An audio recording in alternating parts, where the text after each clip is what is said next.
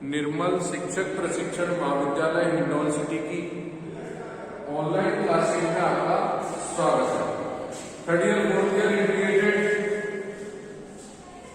BSc BEd BA BEd आज हम आपको सामान्य विज्ञान शिक्षण के अंतर्गत पढ़ाने जा रहे हैं समस्या समाधान विधि के गुण दोष।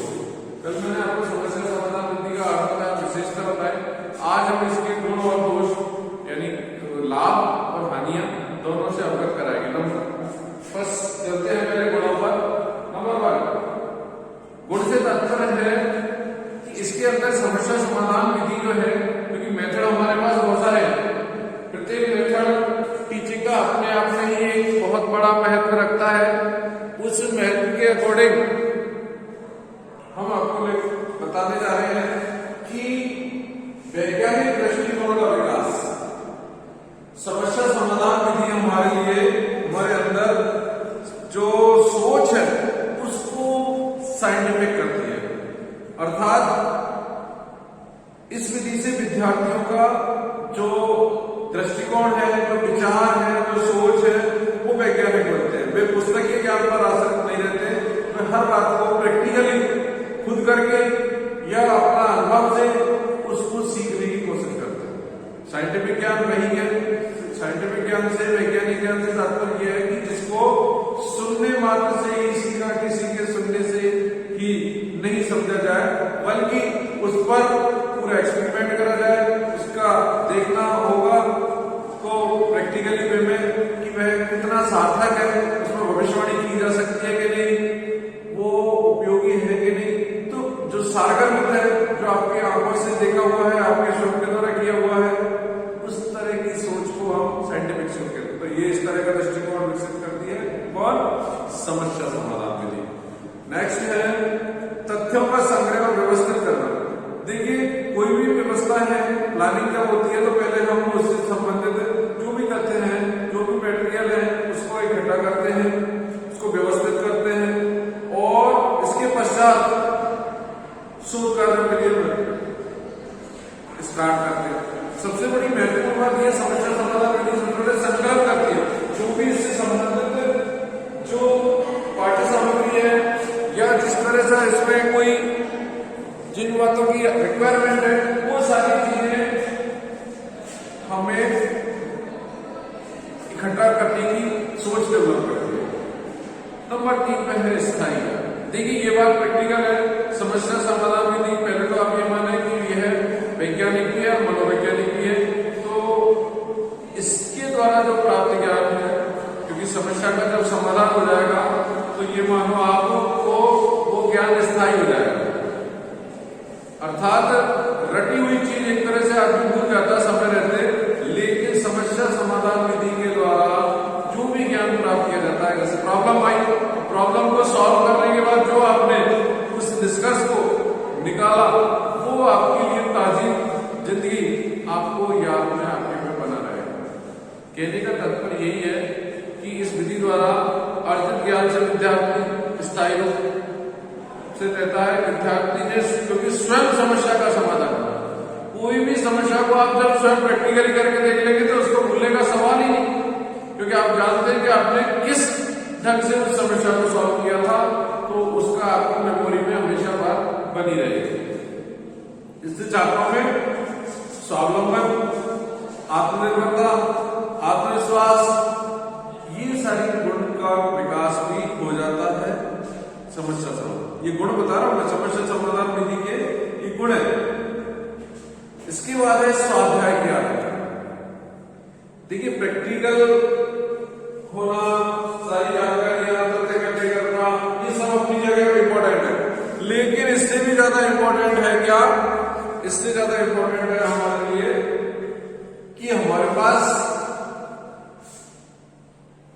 स्वाध्याय कितना है, हम अपने दम पर कितना पढ़ रहे हैं। तो ये हमें उस ओर प्रेरित करता है। समस्या समाधान विधि हमें स्वाध्याय के लिए, क्योंकि जो समस्या है हमारे पास, अब उसका हमें नजर निकाला तो हम 14 से ज्यादा कंसर्ट बुकों में देखेंगे, कहीं से भी मटेरियल इकट्ठा करने की कोशिश करेंगे, खुद कर रहे हैं, क्योंकि समस्या आपने ढूंढी है और उस समस्या का हल भी आपने ढूंढ रहे हैं। तो इसके लिए आप स्वयं कोई दबाव नहीं, घर वाले कह रहे हैं पढ़ लो, स्वाध्याय की आदत बालकों में, स्वाध्याय की आदत पड़ जाने से जो आगे चलकर बहुत लाभकारी सिद्ध होती है, इससे अध्ययन से बारे विद्यार्थी को दूसरे पर निर्भर नहीं रहना पड़ता। देखिए आज कंपटीशन का जमाना है, आप लोग भी, आप जो डिग्री ले रहे हैं इसका आगे होगा क्या कि आपको एक टीचर बनने की डिग्री मिल जाएगी। जैसे अभी आज घोषणा हुई है नीट की एग्जाम 30,000 जगह निकली है, लोग लग गए पूरे दम से, अरे साहब कोचिंग करना,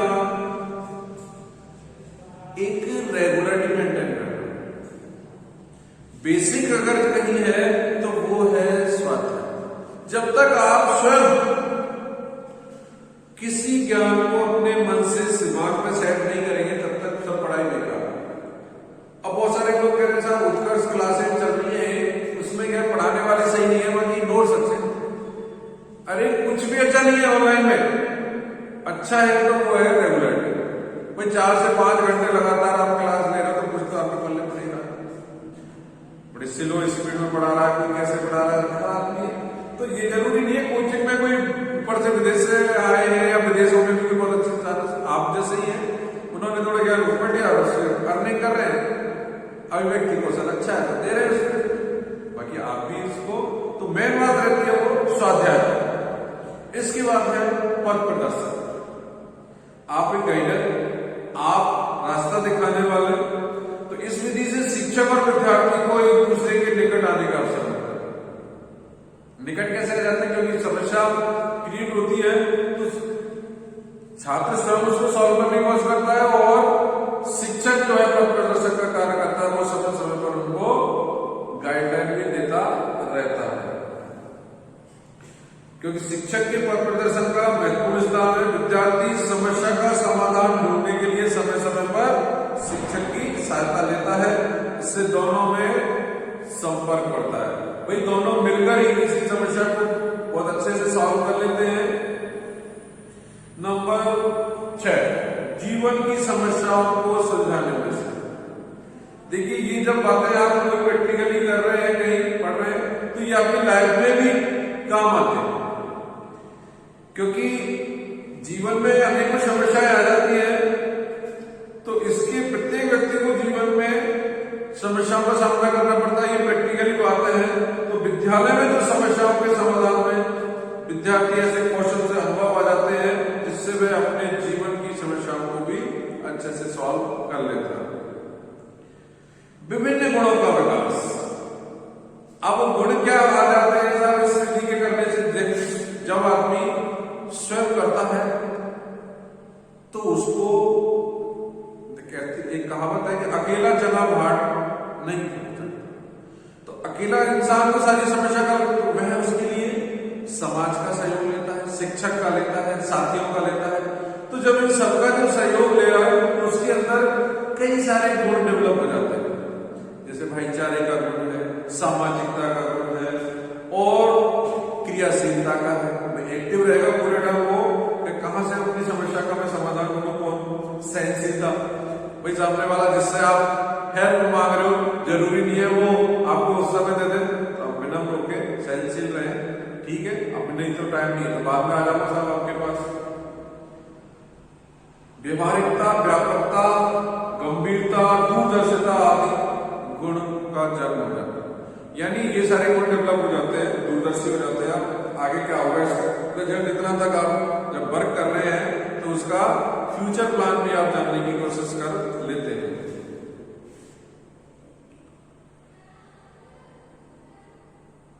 और सबसे बड़ी बात, समस्या समाधान विधि छात्रों में पूर्वाग्रहग्रस्त होने की जो एक सोच है उससे मुक्ति दिलाती है। नाम सुना है कभी पूर्वाग्रहग्रस्त? कई बार क्या होता है, उसका दूसरा नाम है ओवर कॉन्फिडेंस। पूर्व आग्रहग्रस्त का इंग्लिश नाम है ओवर कॉन्फिडेंस। कई बार व्यक्ति ऐसा सोच लेता है कि सामने वाला मेरी हेल्प नहीं कर रहा है तो आप जाते ही नहीं, जबकि आपको पता नहीं वो आप जाएंगे तो आपके लिए हेल्प के लिए तैयार बैठा है।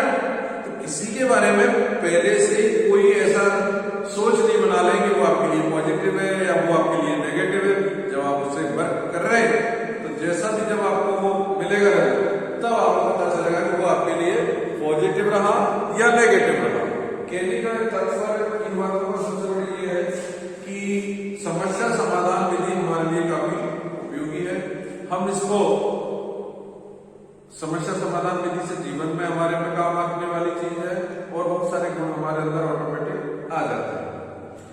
अनुशासन को बढ़ावा, डिसिप्लिन में आ जाता है आदमी इससे, क्योंकि प्रत्येक विद्यार्थी समस्या का शांतिपूर्वक हल निकालने की जुटा रहता है।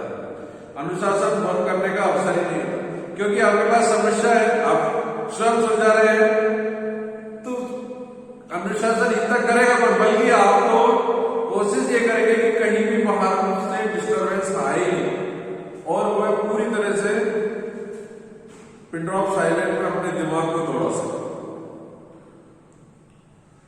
मानसिक विकास, यह जो विधि है मनोवैज्ञानिक भी है, वैज्ञानिक भी है, तो यह एक बहुत उत्तम विधि है।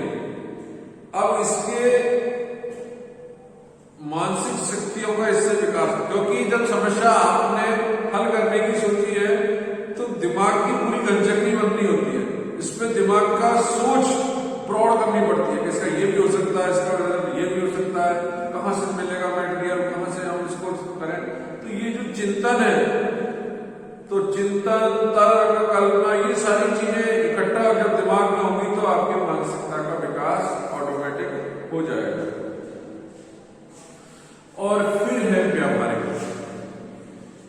व्यवहारिकता एक ऐसी चीज है जो व्यवहार से बनी है कि भाई ये तो आपको व्यवहारिकता तो निभानी पड़ती है, तो वो वाली बात। सामान्य विज्ञान एक प्रायोगिक विज्ञान है, ये बात तो प्रैक्टिकल ही है।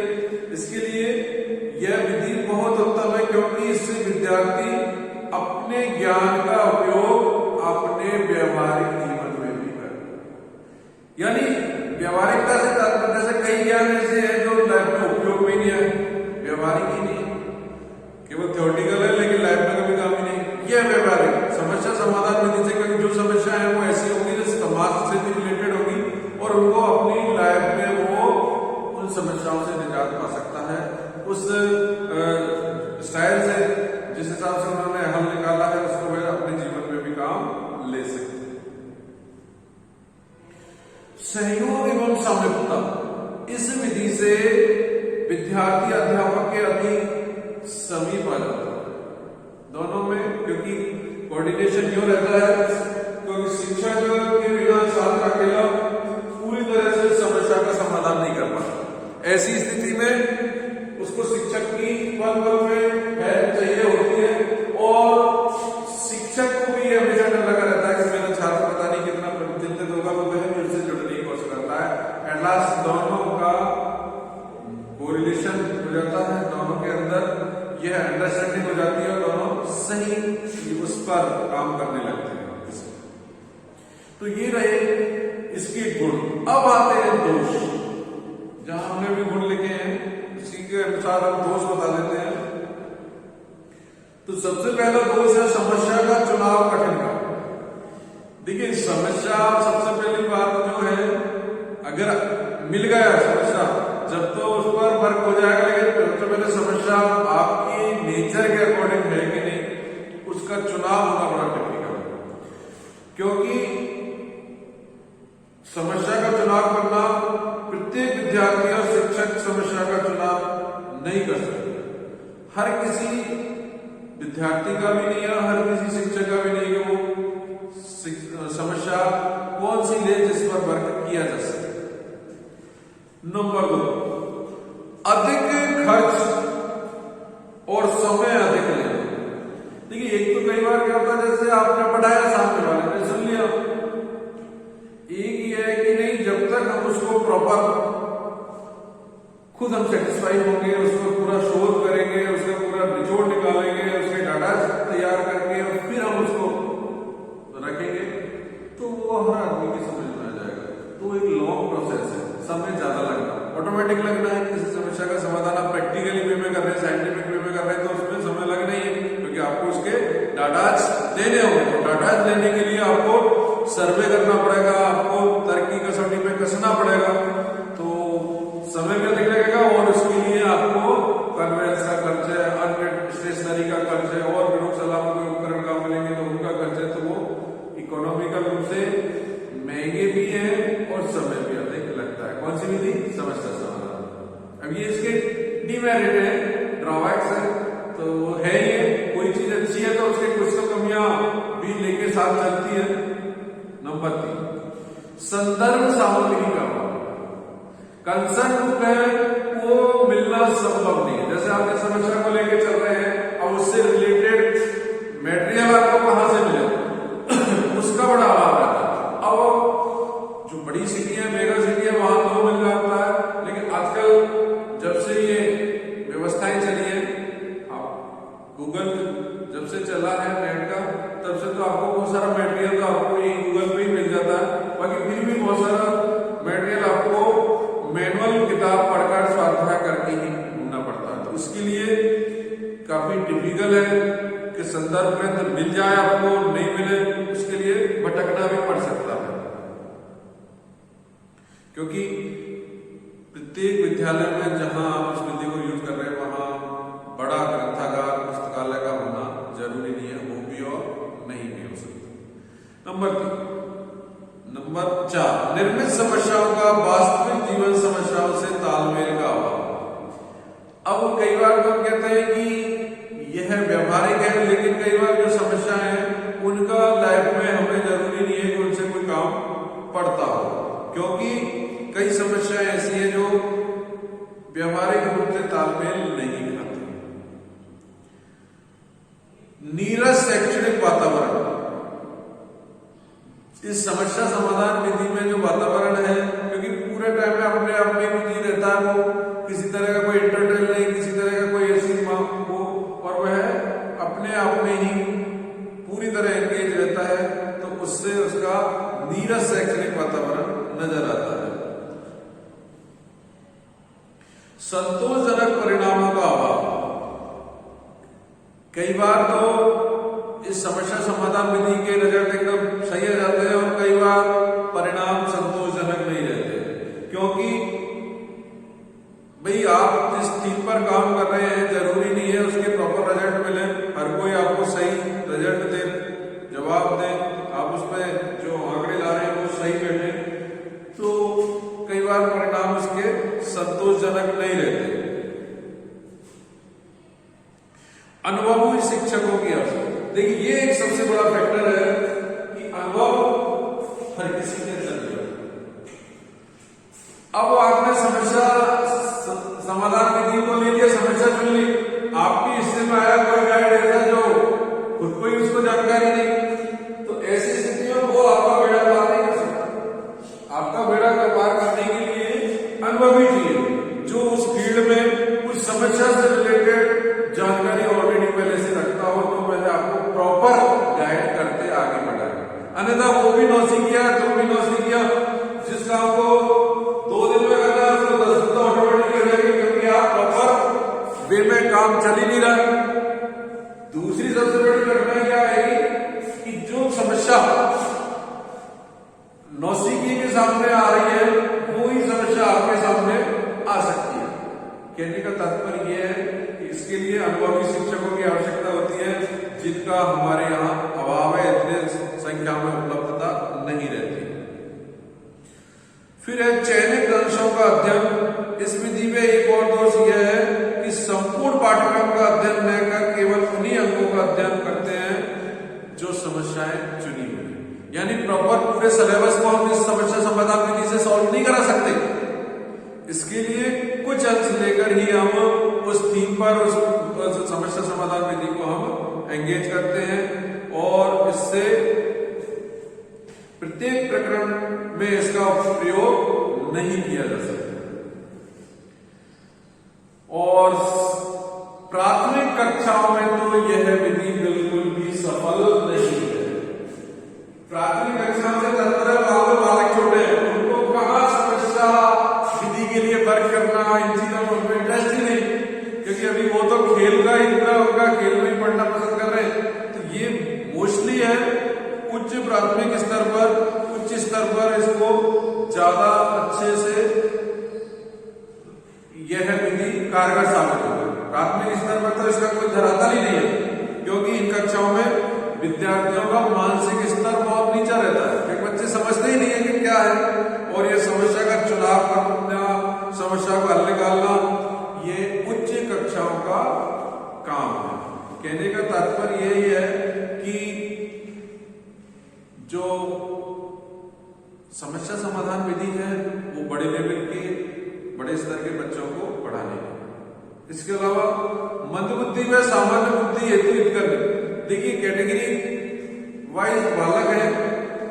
अब आप हर किसी के सामने ये कहोगे आप समस्या समाधान विधि का प्रयोग करके इस टॉपिक पर अपना शोध करिए, अपनी प्लानिंग करिए, तो हर कोई नहीं कर सकता। जो स्लो लर्नर है या सामान्य बुद्धि के बालक है वो इतना हार्डवर्क, क्योंकि काफी हार्डवर्क है, कभी उसमें आपको कंसंट्रेशन करना पड़ता है, क्योंकि बिना कंसंट्रेशन के नजर जाना संभव ही नहीं है। आप सोचोगे ये वर्ड पढ़ लिए, उसके लिए तो आपको क्रिएटिव रहना पड़ेगा, आपको एक्टिव रहना पड़ेगा, आपको जाकर लाना पड़ेगा सामान बाहर से, तब जाके कहीं कोई रिजल्ट आने में आपको सफलता मिले।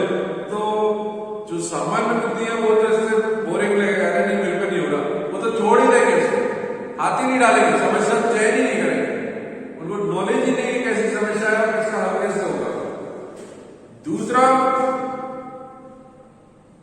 यह जो प्रतिभाशाली बालक है जिनका आईक्यू लेवल ज्यादा है उनके लिए ही है ये, इसलिए सभी बालकों के लिए संभव भी नहीं है और स्कूल में हर तरह का बालक पढ़ता है, तो इसलिए यह विधि ज्यादा कारगर साबित नहीं होती। प्रयोग प्रदर्शन का अभाव, इस विधि के जो तथ्य हैं, फैक्ट्स हैं, डाटाज हैं, उनका प्रयोग होना भी संभव कम है। तो जब प्रैक्टिकल नहीं होंगे तो उसको समझना, क्योंकि सिद्धांत तो आपने समझ लिया लेकिन प्रैक्टिकल भी करना जरूरी है, तो उसके लिए आपके पास पर्याप्त मात्रा में व्यवस्थाएं नहीं होने के कारण यह सफल नहीं होगा। व्यय साध्य एवं क्रमिक अध्ययन का अभाव, यह विधि अत्यधिक महंगी है और इसका प्रयोग निर्देशन सामग्री की बहुत आवश्यकता है। इसके प्रयोग में ज्यादा से ज्यादा निर्देशन सामग्री की रिक्वायरमेंट रहती है। इस विधि से विषय निरंतर क्रमिक अध्ययन किया जाना संभव नहीं है। लगातार इस विषय से आप पूरे सिलेबस को पढ़ा दें ऐसा संभव नहीं है। तो ओवरऑल अभी हमने आपको समस्या समाधान विधि की दोनों बातें बताई, इसके गुण भी बताए तो इसके दोष भी बताए। जितने कारगर इसके गुण हैं उतने ही कारगर नहीं, तो हाँ इसके दोष भी काफी है। सबसे बड़ी बात तो यह है छोटी कक्षाओं में तो वैसे ही सफल नहीं है, इसको बड़े स्तर पे चाहिए होगा और इसमें हर बालक इंटरेस्ट ले, इसके लिए आईक्यू लेवल वाले बालक ही इसमें पार्टिसिपेट करेंगे। तो इन सारी बातों को ध्यान में रखकर आपको यह दोनों बातें गुण और दोष जब आपको सिखाए हैं, तो जहां हमारे गुण पावरफुल है, यह साइंटिफिक सोच डेवलप करती है, यह तथ्यों का संग्रह करने से आपकी लाइफ में व्यवस्थित हो जाता है, स्थायी ज्ञान मिलता है, क्योंकि वह समस्या का सोल्यूशन खुद करता है। स्वाध्याय की आदत पड़ती है क्योंकि बालक को कंसेप्ट को खुद पढ़ता है। जीवन की पथ प्रदर्शन का काम करता है, क्योंकि शिक्षक और छात्र दोनों साथ साथ रहते हैं, तो उसका प्रदर्शन भी होता रहता है। लाइफ में काम आने वाली चीज है, व्यवहारिकता से जुड़ी हुई चीज है और साथ में ही विभिन्न गुण इससे डेवलप हो जाते हैं। विभिन्न गुण से तात्पर्य है कि मनुष्य के अंदर इस पर वर्क करने से उसके अंदर सामाजिकता के भाव, व उसके अंदर आत्मनिर्भरता, आत्मबल, ये सारे गुण ऑटोमेटिक आ जाते हैं। अनुशासन को बढ़ा, क्योंकि जो है खुद जो मनोयोग से काम करता है तो अनुशासन तो उसमें पूरा बना ही रहता है। मानसिक विकास, क्योंकि चिंतन, मनन, कल्पना, तर्क, ये सारी चीजें रहती है तो ऑटोमेटिक बौद्धिक विकास हो गया होगा। और व्यवहारिकता, यह है जीवन में काम आने वाली चीज है व्यवहारिक जीवन में, क्योंकि इम्प्लीमेंटेशन इसका होना हो ही जाता है। और सहयोग एवं सामान्यता, इसके द्वारा हमें सहयोग मिल जाता है, शिक्षक छात्र आपस में मिल लेते हैं। धन्यवाद।